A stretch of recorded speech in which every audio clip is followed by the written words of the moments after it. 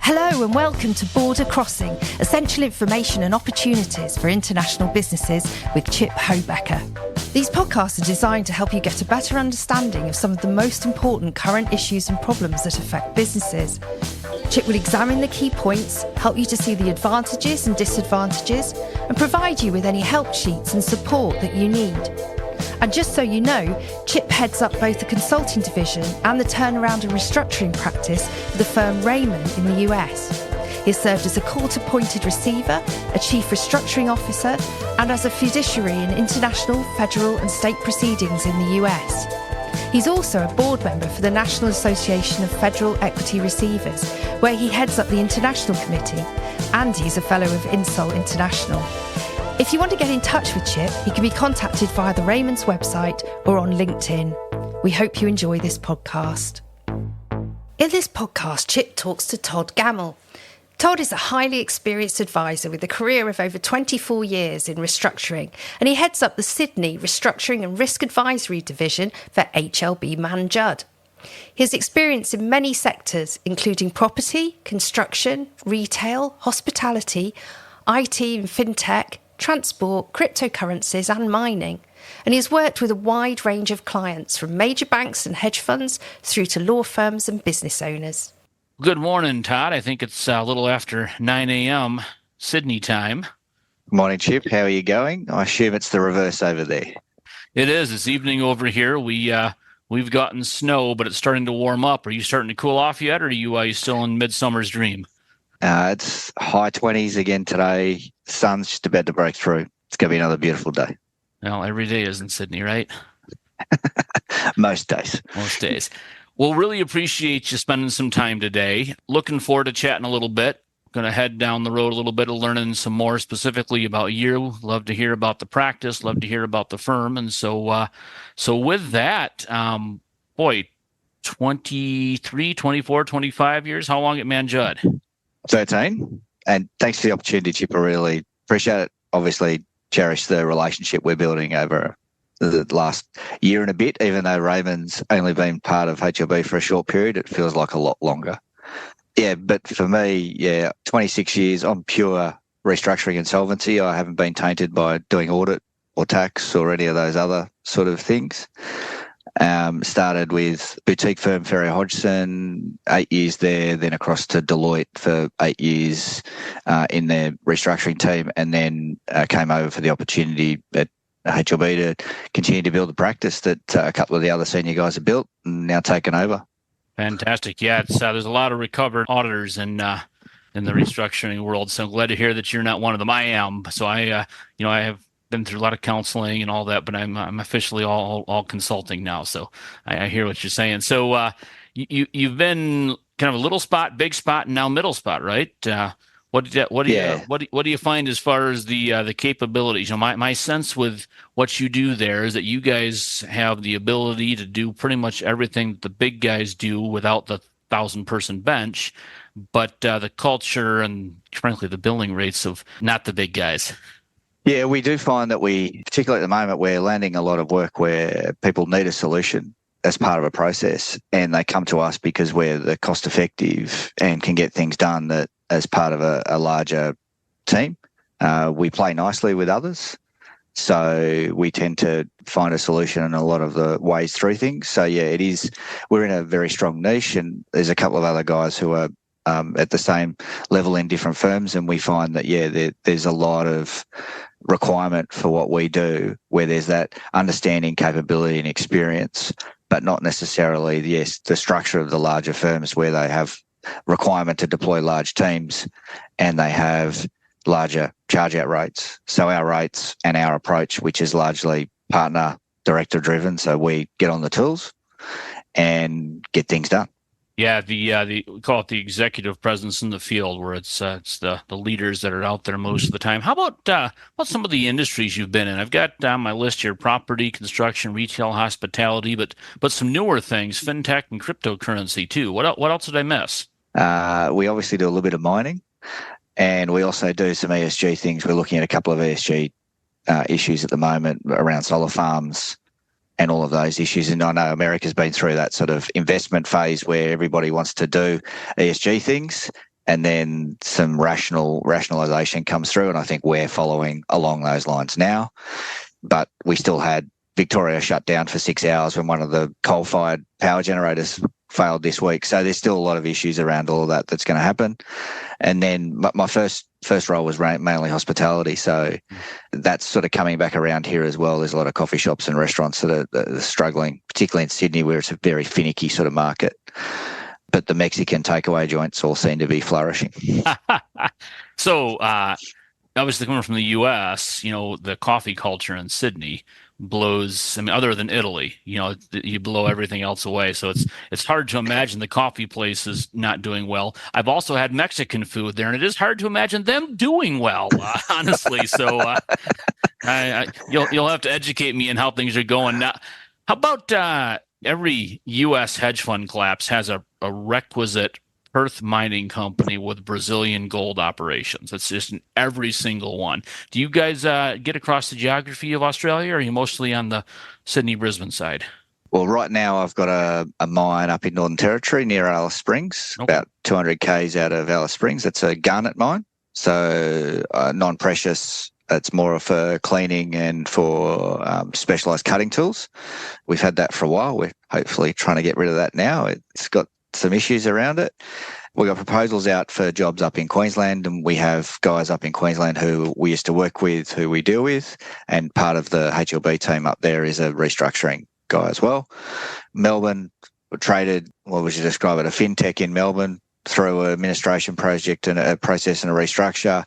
Perth, we spent 3 or 4 months on 2 or 3 projects a couple of years ago. We've got one at the moment that we're looking at, which is restructuring a mining business over there. And we also interact strongly with our WA insolvency guys over there. So we have a presence on the ground that we've utilised as well. But a lot of these things, as you know, when you're getting your hands dirty and you're on site, you've just got to get there to understand who the people are and be able to massage the deal so that you're providing value to your client. Indeed. I know you are a go-to resource for a couple of folks I've met, at least so far, that are some of the big hedge funds, venture capital. Where else do you get a lot of your referrals to? Who else are you a trusted advisor and first stop shop for? A lot of it's conflict work. So we do get a lot of work, a fair bit of work out of some of the larger firms from the guys I used to work with and their teams that have now progressed, the other mid-tier firms, and obviously our lawyer network and accountants network. Then there is HLB network that we do get some referrals through. A lot of the international stuff at the moment that we're working on is closed down and corporate closure of local branches, and because there's restructures going on around the world. So they're nice pieces of work to be able to work through and be very cost effective with, to be able to say, let's look at it differently rather than just trying to put a cost to this thing. Let's see if there's some opportunities in there. Fantastic. So every restructuring person that I know who's done it for very long has got at least 1 or 2 favorite stories that are fit for public consumption. What comes to mind for you?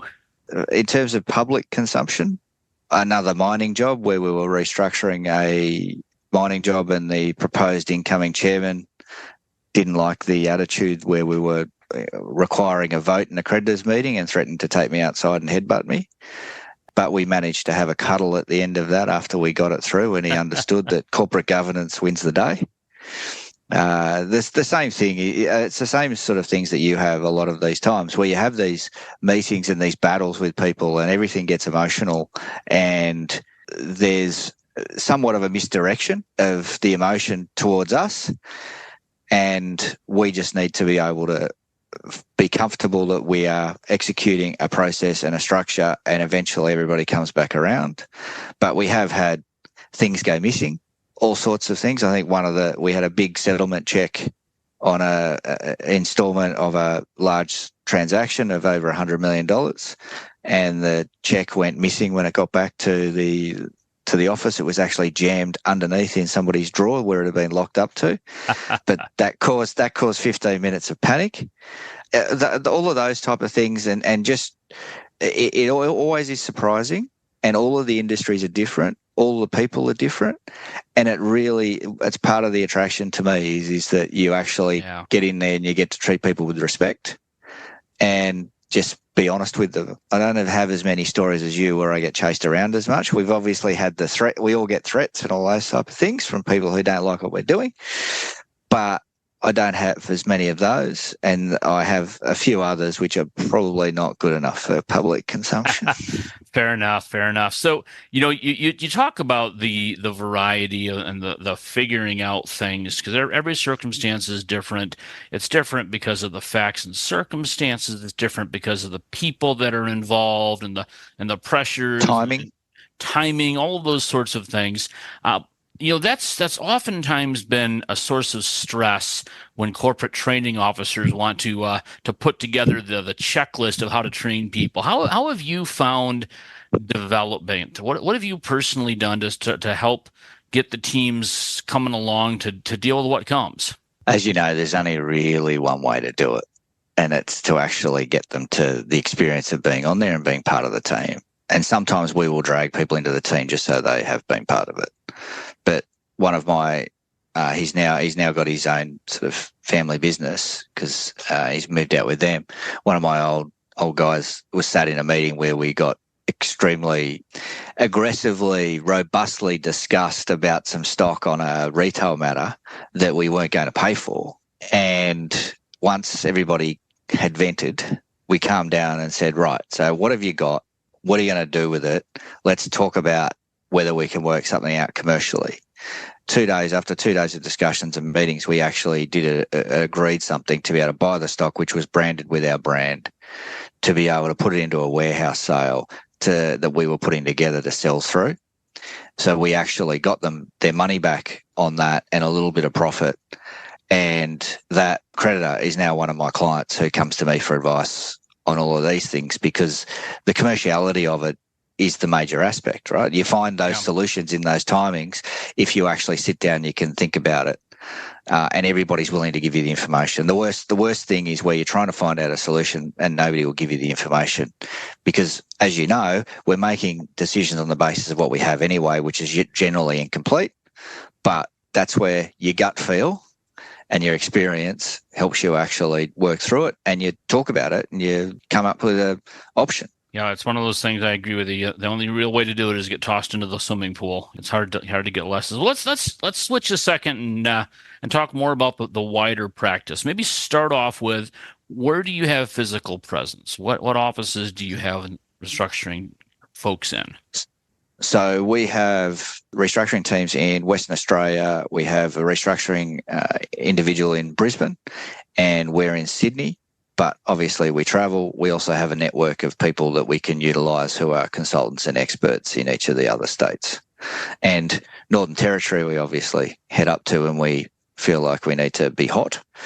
I've done work in Tasmania. It's a lovely part of the world. Generally down here it's the same for you, I'm sure. Have laptop, will travel.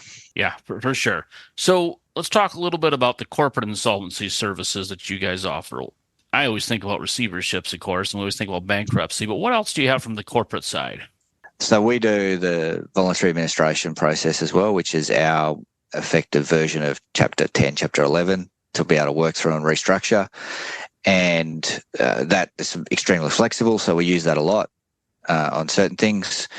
And we also do liquidations, either solvent liquidations, which we do a lot for corporate close downs, and creditor liquidations or court-appointed liquidations as well. At the moment, we're doing a very large matter, which I can't talk to you about, which is we've been appointed by the body down here, and that is working through a major investigation phase. So happy to talk about that once we get through it. There's all of those type of appointments. There's also down here, you can have a provisional liquidation. One of my network guys is appointed to $1 billion property fund, which is in provisional liquidation because the two main protagonists at the top of it can't agree on a funding structure going forward. Mm-hmm. They're gradually going through an unwind of those. So, and then we obviously, Australia respects Unistral most of the time.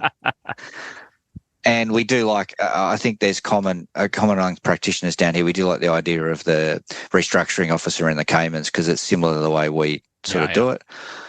The difference probably down here is that lawyers have advisory roles rather than the primary role, which is more like the receivership sort of structure, which is probably not too bad because I do find that as much as the restructuring lawyers are pretty good down here, the numbers still aren't one of their stronger bits. And when we get to dividend distributions and calculations, it does need that accounting sort of base. But I'm biased. I'm in the same biased spot you are. It is interesting around the world, the different spots where the appointments are taken by numbers folks or by legal folks. And I suspect that there'd be strong opinions if we had a little panel here. But how about personal insolvency services? What do you guys do for individuals?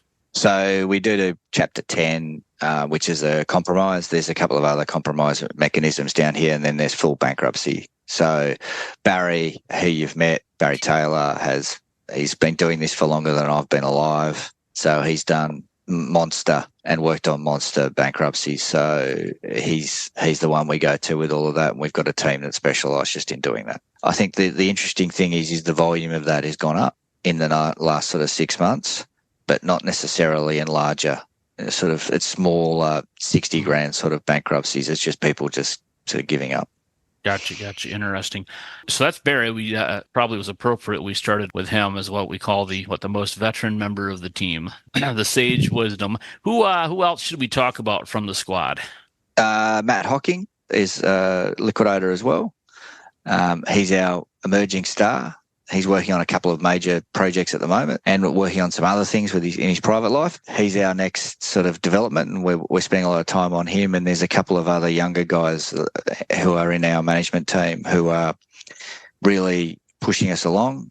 I mean, I know I heard you talk with Marco recently, and we're bringing through a new system for us as well, which has its teething problems, but will create some automation opportunities. And we obviously have an office overseas as well to give us some capacity because, as you pointed out, it's not necessarily easy to be able to train people and get people at all the times. You need some flexibility.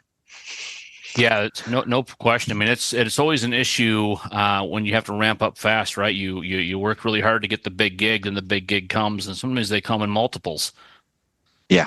And before I forget, and then we've got Andrew Mulcahy, who's works with me, who used to be at the NRL down here and inside the bank. So he's more of a pure restructuring guy.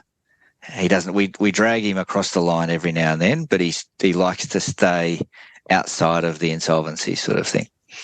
Fantastic. So when you think about the broader resources for the firm, we probably should talk about the variety of things Mann Judd does. So you've got offices for the general practice beyond just what the insolvency group gets in the middle of. Where else is the overall firm?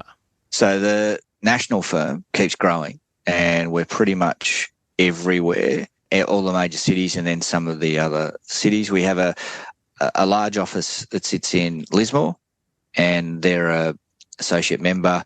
They have a very strong audit practice and a business advisory service. There's a major office in Brisbane, and they are a very good, well-developed cross-purpose firm.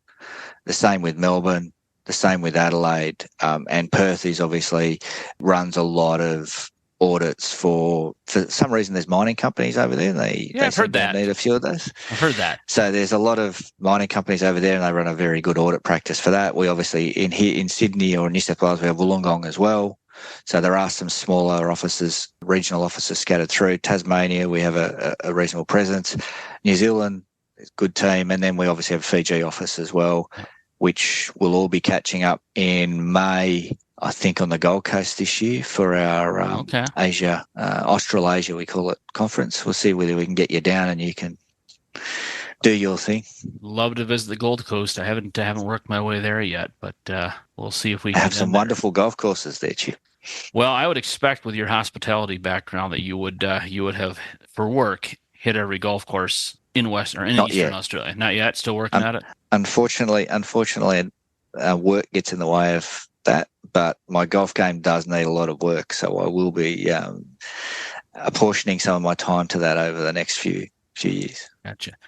So I know one of the things that I think has really differentiated your group has been some of the work that Fiona's done with some of the business automation and whatnot. Talk just a little bit about the vision that you guys have for that, and it certainly is visionary. We invested in that at the start, what we perceive the start of automation, and Fiona's got a specific team and she has responsibility internally to try and modernise all of our systems and try and find efficiencies and all of those things. So she goes through our firm and each of the divisions generally on a quarterly basis, and we'll update systems, automate systems, and bring through changes to be able to reduce wastage, make things automated better, and just improve reporting lines. So I think our wealth management team, which is expanding and growing, and I think we're getting close to $1 billion under management, they've found 20 to 25% savings in efficiencies, reporting and consistency, and that's obviously important to their regime. Accounting and tax are obviously going through that, and a lot of the practical issues about how you obtain, for us, the audit information to be able to put that into the system, save it down, have it all there so that it can tick boxes and get those things done rather than somebody having to sit there and click and click and click and click. And most of that is now done by robots. I have a robot, Anna, which sends me a monthly report of all the key indicators for our division. We have some interesting conversations with Anna where I ask her some questions and she says, that's not my job. But it's really good because it gives us consistency in those things. And these things develop over time as your systems consider. And I think the next thing that we're up to is probably some larger considerations about what we need going forward as a business, and whether some of the programs we've been running for a number of years, as I'm sure you are, whether that's the right one or whether we really challenge ourselves and go, right, let's push out. Yeah. No, it's definitely neat stuff. It's one of the things that differentiates y'all. I remember one of the times that I was there at one of the meetings, you were rolling out some onboarding, some AI and whatnot. It was just really, really neat to see.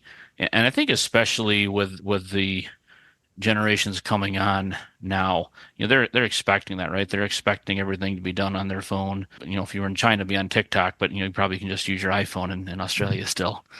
And look, all of the systems we're bringing through, it comes through with, here's all the videos. So if you ask a question, it's not, no, here's the video here's the click through and all of those type of things. So it is a different way of learning. And there is that difference in the generations, where the generations now really want clear, detailed information around how they're going to do things rather than go and have a go and figure it out. It is a different way of learning, and we're all still adapting to it because we're different generations. Yeah, well, you're ahead of the curve, so it's fun to see. How about on the tax side? I know you've got a great tax practice.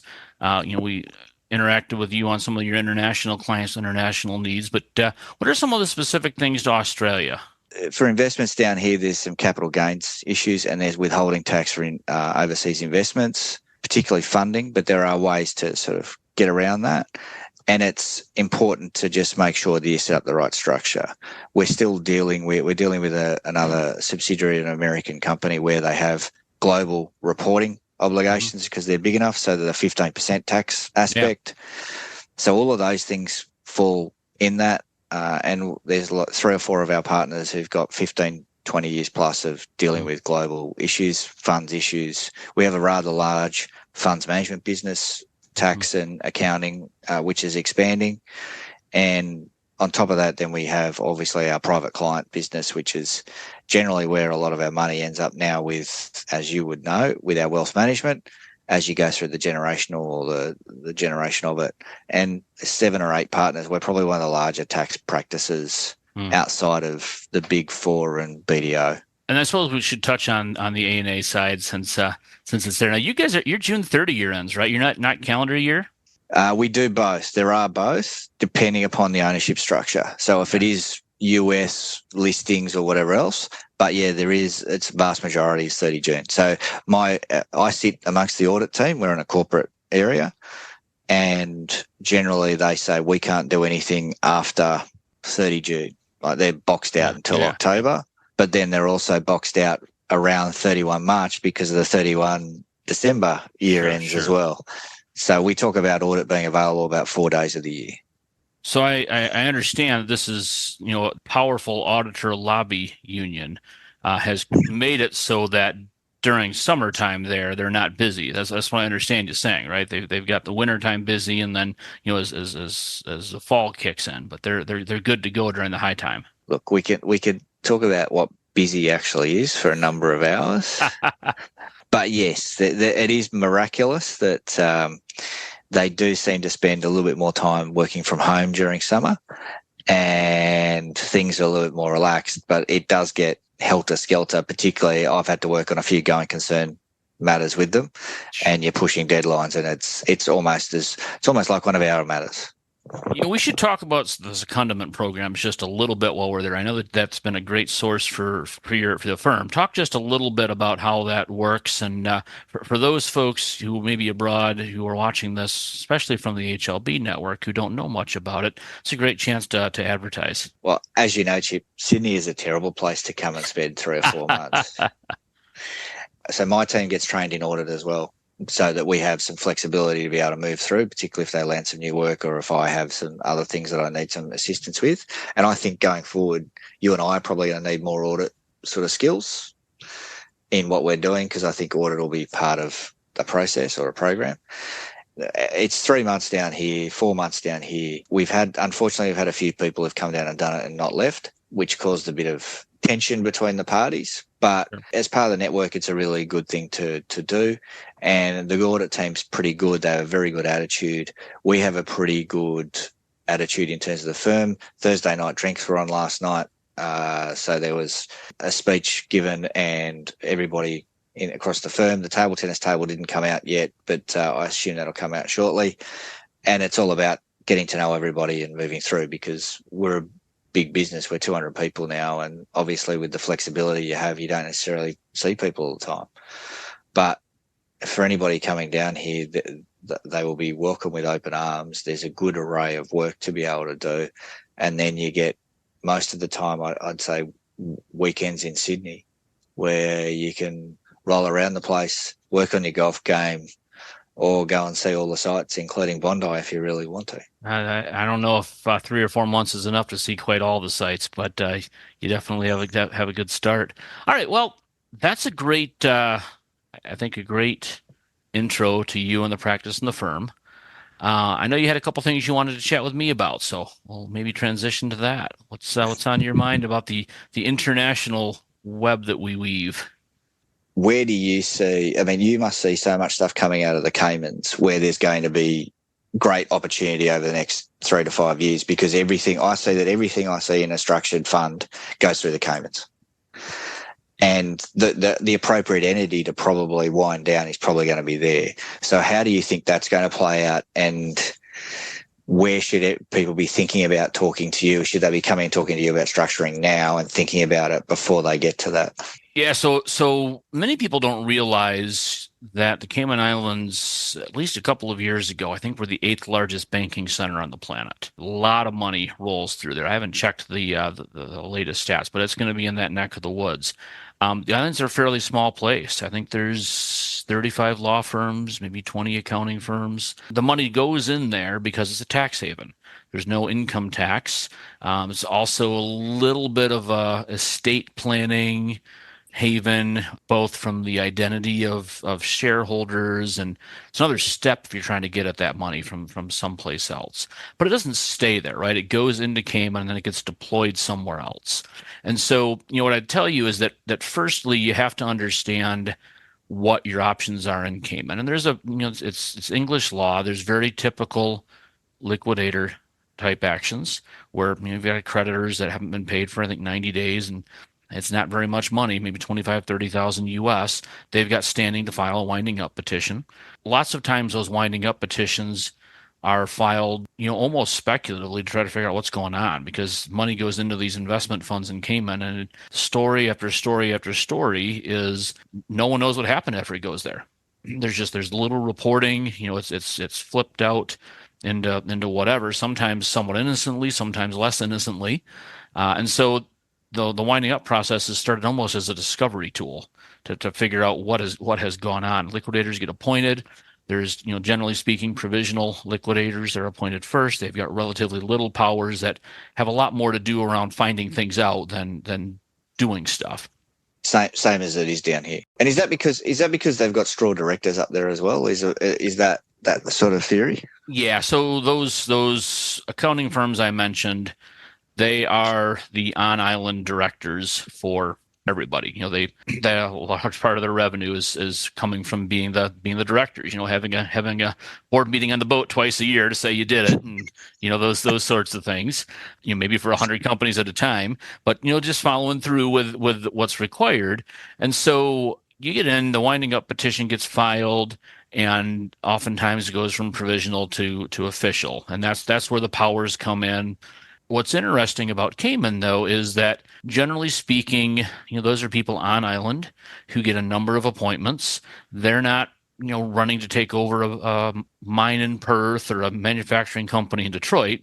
They need local resources, they need local assistance for those sorts of things. So one of the first challenges usually for them is to figure out what a fund owns. Maybe that owns it, maybe that's made loans to it.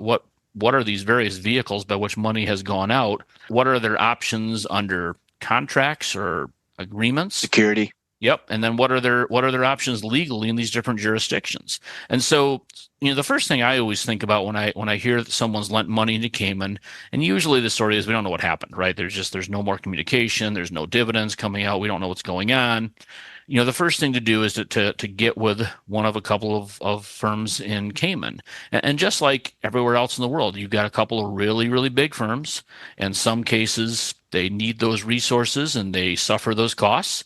But there's a lot of great quality firms that are kind of in that middle group where they have usually people who've come from the big firms with all the same capabilities and knowledge, but lower cost. And so lots of times that's where these things start, unless again you're talking about something huge. But lots of times those are great spots for these things to start.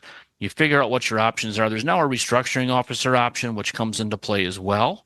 But if you're coming from the creditor side, either an actual creditor or an unpaid investor who's a redemption creditor, then the winding up petition is the way to go. If you've got some internal power, then the restructuring officer's there. But really what that does is it gives you the opportunity to figure out where the money's gone from Cayman, which is the first step. The second step is figuring out, okay, if it's in Malaysia or Detroit or Sydney, what is it in? Is it in companies there? Is it in real estate? Is it in bank statements? And then, what are our options there? So or in the casino.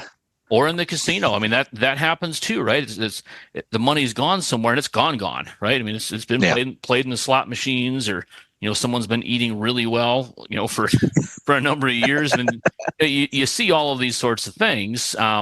Or they're in jurisdictions of really good protection. So Texas and Florida, for example, have got really good homestead exemptions. You can break through it if it's really clearly fraud, but other than that, you can take out $10 million, put it in your house, and nobody can get at it. It's just there. So that's really where we start to really blossom as the network of HLB. I'm happy to help chat with people who need help in the Caymans or BVI or any of the Caribbean islands, because it's the same deal there. We see a lot of Chinese money that went through the BVIs. So there's an awful lot of Chinese investment that went that direction. But however it goes, you can work through there's a fairly small cast of characters on these islands that do the work. And so we can connect people with the right professionals there. And then based on where it is out in the world, we use the HLB network to try to figure out particulars we need to have. Sometimes you have a judgment, you bring it Australian judgment to Cayman. Sometimes you got to get the judgment in Cayman. You have to work your way through, and that also matters where it's going. If you're taking it someplace from Cayman that recognizes an Australian judgment, that's one thing. If you're taking it someplace that doesn't, you got to figure out what judgment the end place goes. So. And we've largely mapped that out in that proposal that we sort of went through where we almost got there. So we've sort of got that plan ready to go and in place. And then obviously the next thing will be to chase the money and where most of it goes, which is the greatest country on earth. Well, that's what we find an awful lot. Although it doesn't always stay there either, right? I mean, there's lots of money that goes to the U.S. and it keeps on trucking from there. It just depends on, how sophisticated these people are, how much running they desperate. Or desperate, or accidental. I mean, sometimes they accidentally go to the right place or the wrong place. And there is, there's time, there's expense, there's some willpower that you have to have if you're going to going to keep chasing things, and you have uncertainty in the courts. The one rule I know about attorneys is that if they guarantee me they know what a judge is going to do, I know they're not telling me the truth, because no one knows, right? The courts rule on different things. They have sympathy or compassion sometimes on people that we have less compassion on. All of that comes into play. I look at it on the basis that, going back to where you're talking about, cost-effective process to be able to at least identify where things have gone to, and then you've got the information to be able to make a decision. Yeah. What you do from there, whether it's commercial, whether it's not, or whether you go, well, we don't know enough, we need to make the next investment to see whether we can actually find it. Usually there's some sort of a duty to figure out what happened, right? And that's the first step. And that's where, as you and I work together, we operate in these tranches where there's a first step of trying to figure that out. What do we need to do to figure out what has happened? Then identify what our options are. Is someone recoverable? If they're not recoverable, it doesn't matter how easy or hard it is. There's no point. If they are recoverable, how hard is it going to be? What's the cost and the timing looks like? We know there's some jurisdictions in the world that are, 10-year processes for these sorts of things. And if it's enough money, you fight your way through that. But not many people have the patience to do that for small sums. Well, I think Barry had that example back on Burns Phillip, where he had to take Argentinian government bonds in exchange for a plane. Then you're worried about whether these bonds have any value. And Argentina's economy is not exactly known as being one of the stable ones. Yep. And he had to work through that relatively quickly and work with the judge down there. Yep. And that took, just to get a simple deal like that done, that took 18 months. Absolutely. The timing is a big thing. And, you find out, there are plenty of great jurisdictions where judges are fantastic and they're qualified. There's other places where they're electable, and that doesn't always have to do with whether they're qualified or not. Again, that's part of the HLB network, though, is able to do homework on understanding what the jurisdiction that you're in. Every jurisdiction has its quirks and foibles and personalities. Well, we've got the UK guys helping us on one bankrupt where we have some assets in the UK, and they're able to be, because it's simple for them, that's what they do, being able to call them and say, what would this be worth? Is there any security on it? What's the value of security? And then you can work out commercially whether you do anything with it straight away. And that's the power of the network. And obviously then you've got the tax implications over the top, being able to actually work through that. And the other way I look at it is, we have a lot of businesses going to the US because that's the transition they go through to get into a larger market, to be able to get access to certain levels of funding. So being able to have somebody trusted who actually understands where they're coming from, to be able to go over there and set up their structure properly for them. Because we see it a lot where we get to have to wind down a structure which is either flawed tax-wise or security-wise or just overall, or there's a corporate divorce gone on between two parties or a personal divorce gone on between two parties. Yep. And the structure needs to change. And that's where I think the other thing we'll see more and more of that is being able to work through the chain. That's where HLB has that sort of advantage where we can go, okay, let's talk about the global plan, and then we'll bring in these guys to actually look at it and analyze it. Completely agree. Todd, we've covered a lot of ground today. Really appreciate your time. And I hope that your Friday goes well, that the weekend has better weather than the week did. We'll see. I'll go back to my mining jobs. Good enough. Thank you for joining Chip for this podcast. If you want to get in touch with Chip or any of his guests, please contact him through the Raymond website, www.raymond.com, or on LinkedIn. All views expressed in this podcast are individual opinions and do not constitute professional advice. Thank you.